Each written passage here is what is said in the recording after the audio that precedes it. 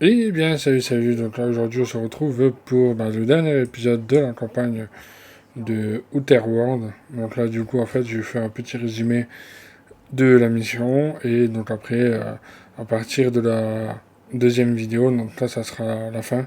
Et après, ça sera que de la cinématique. Et donc, ils vont vous expliquer qu'est-ce qui se passera donc après. Alors voilà, tout simplement, on va devoir monter donc dans les étages et trouver donc Phineas. Bon, il y a un moment où ça va péter, parce que bon, voilà, j'ai plus de hologramme, donc j'ai plus de couverture holographique. Donc du coup, il y a un moment où ça va péter, donc il va y avoir beaucoup d'ennemis, donc je vais devoir tous les tuer. Et donc du coup, on va avoir du renfort, donc voilà. Donc là, on a du renfort. C'est l'équipe de Gram donc, qui est venue directement, histoire de nous aider, tout simplement. Donc là, j'avais toujours à peu près les mêmes armes que j'avais dans l'épisode 10, il me semble. Entre 9 et 10, donc j'avais toujours à peu près les mêmes armes. Par contre, n'hésitez pas aussi donc, à prendre tout ce qui est armes au niveau donc, des ennemis. Des fois, il peut y en avoir des bonnes. Mais bon, après, dans l'ensemble, bon, c'est pas non plus des armes oufissimes, c'est pas des armes qui seront plus puissantes que celles que vous avez déjà lootées auparavant. Donc là, on va découvrir donc, déjà un premier boss donc, qui va arriver. Et après, donc, on sera confronté donc, à la fameuse femme, là, je sais plus comment elle s'appelle, c'est la femme noire qu'on a vue dans l'épisode 10. Donc, on va la voir, il me semble, dans l'épisode 10 ou 9, je sais plus, 9 ou 10. Donc, on voit cette fameuse femme, et donc, du coup, on va nous lancer limite à défi, quoi. Donc là, voilà. Donc, elle, donc celle qu'on a vue, là, Soma, il me semble, je sais plus son nom. Et donc, on va devoir tuer donc, un des gardes qu'elle a. Et après, donc, on va devoir donc, un petit peu progresser. Bon, après, je vais pas non plus trop vous spoiler. Donc, comme je vous ai dit, à partir de je dirais à peu près de la quatrième minute, il me semble. Je crois que c'est de là, donc ça sera que ça sera que à partir. Attendez que je me retrouve. De la troisième minute 40 et juste au dernier temps, donc j'étais à peu près 15, ouais, à peu près 15 minutes, donc là ça sera que de la cinématique. Donc ils vont tout expliquer ce qui se passera donc après. Et donc après ça donnera lieu au nouveau DLC donc, qui sortira le 9 septembre. Donc quand j'enregistre cet épisode 11, je l'ai enregistré donc mardi. Donc j'ai enregistré mardi pendant le déménagement parce que donc, du coup là je déménage normalement cette semaine. Donc c'est même sûr normalement que je déménage. Donc on verra donc par la suite. J'ai essayé vraiment d'anticiper voilà, au maximum que je pouvais. Après, je peux pas tout faire. Donc, bon, après, y a rien, là, franchement, après, il n'y a rien de spécial. Donc là, là, il est bientôt mort, donc on va le tuer.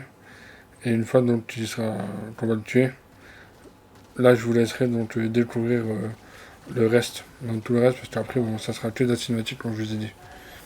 Sur ce, moi, je vous dis à la prochaine, portez-vous bien, et j'espère que ces épisodes sur Outer World vous aura plu. Donc n'hésitez pas à mettre un petit commentaire, pas un petit pouce, mais vraiment un petit commentaire pour savoir ce que vous avez pensé donc, du jeu dans sa globalité. Allez, tchuss.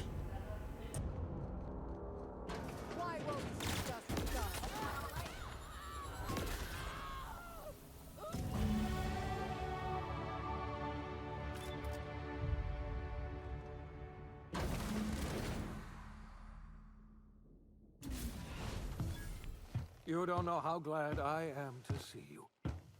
You did the right thing. Akande was a monster. Her death was much deserved, and long overdue.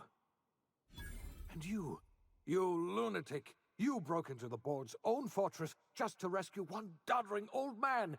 You are absolutely out of your mind, and I can't begin to thank you enough.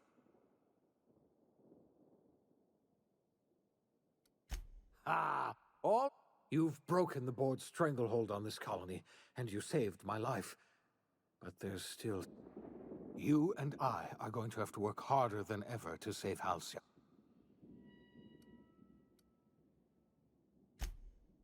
Earth has gone dark. We haven't received a single message in... 2 years ago, the Earth's Directorate's frigate disappeared on their way back to Earth. We don't know what they discovered when they arrived. Oh, So we've got to make do on our own. Seems to me that'll make us strong. you're quite right. We've got no choice but to make do. You mean... we're all... I'm afraid so, Miss Holcomb. Halcyon is the only home we have left. We're in serious trouble, my friend. Do you know what this means for Halcyon? We can't rely on Earth for support. We must begin the revival process immediately, starting with the Hope's brightest minds. And then we're going to fix this damn... We're going to need a leader. And you won't hear a word of disagreement from me. When I revived you, I thought we can't save Halcyon on our own. We are not a colony anymore.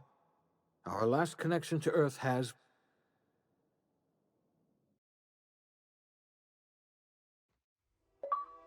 The OSI teaches that everything in the universe happens according to the grand plan.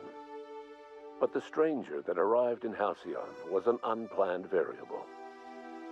From the moment he landed in Emerald Vale, his actions altered the course of history.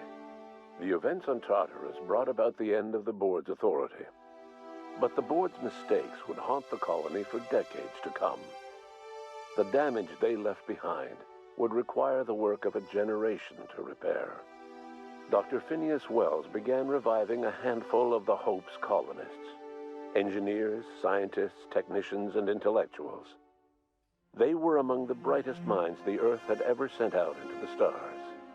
The Hope scientists and engineers woke up in a colony descending headlong into total collapse.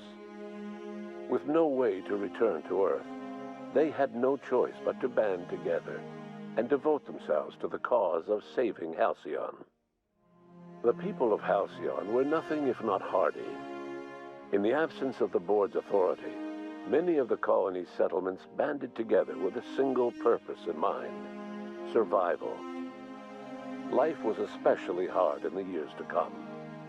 Some towns dissolved by attrition and starvation, but most of them found a way to carry on. In the years to come, Halcyon was forced to reckon with its newfound freedom. The board was gone, and for better or worse, the colony was responsible for its own destiny. As the colony struggled to survive, the inspirational story of the iconoclasts spread like wildfire, and Graham was able to bring many of the smaller Terra-2 townships into the fold. However, his zealous obsession with spreading the word blinded him to the needs of a growing organization, and the movement was unsustainable at scale. The iconoclast way seemed to work best, and ultimately petered out on Monarch. Adelaide McDevitt replaced Reed Thompson as the leader of Edgewater. She and her followers transformed Edgewater in their image. Anyone loyal to Reed was pressured into leaving town, and those who stayed behind adapted to her way of life. Adelaide transformed the old cannery into a new garden. The nearby Edgewater Cemetery provided a convenient source of fertilizer. Junlei Tennyson fought to protect the Groundbreakers' independence. While the board's influence faded, mechanical difficulties forced her to rely on parts that only corporations could provide. The cost was high, and time would tell if Junlei could balance the work with her aspirations for a better future. The rediscovery of the Hope and the abandonment of the Lifetime Employment Program forced Byzantium to come to terms with some uncomfortable realities about the state of Halcyon. While Byzantines were reluctant to surrender the luxuries they'd grown accustomed to, the board's diminished authority gave them little choice in the matter. Nearly everyone had to learn to make do with less. Some even had to get jobs. It was a dark time indeed. Life in Halcyon was sobering for Felix Millstone. The grand revolution he dreamed of never came. There was no great awakening for the colony, no celebrations in the streets. There was only the hard, desperate work of trying to repair a broken colony. Felix never had a head for numbers, but if there was labor to be done, he was there to help. Eventually, Felix realized that the work of a revolution was done with two hands. Though Parvati eventually grew comfortable aboard the Unreliable, she never quite came out of her shell. And she often wished aloud that her dad was still alive to teach her about the finer points of starship care and maintenance. While the colony fell into chaos, she found an island of relative peace with Ada, and they formed an unusual bond. She decided to remain aboard the Unreliable permanently as its chief and sole engineer. As hard as she tried to drink them away, Nyoka's memories eventually overcame her.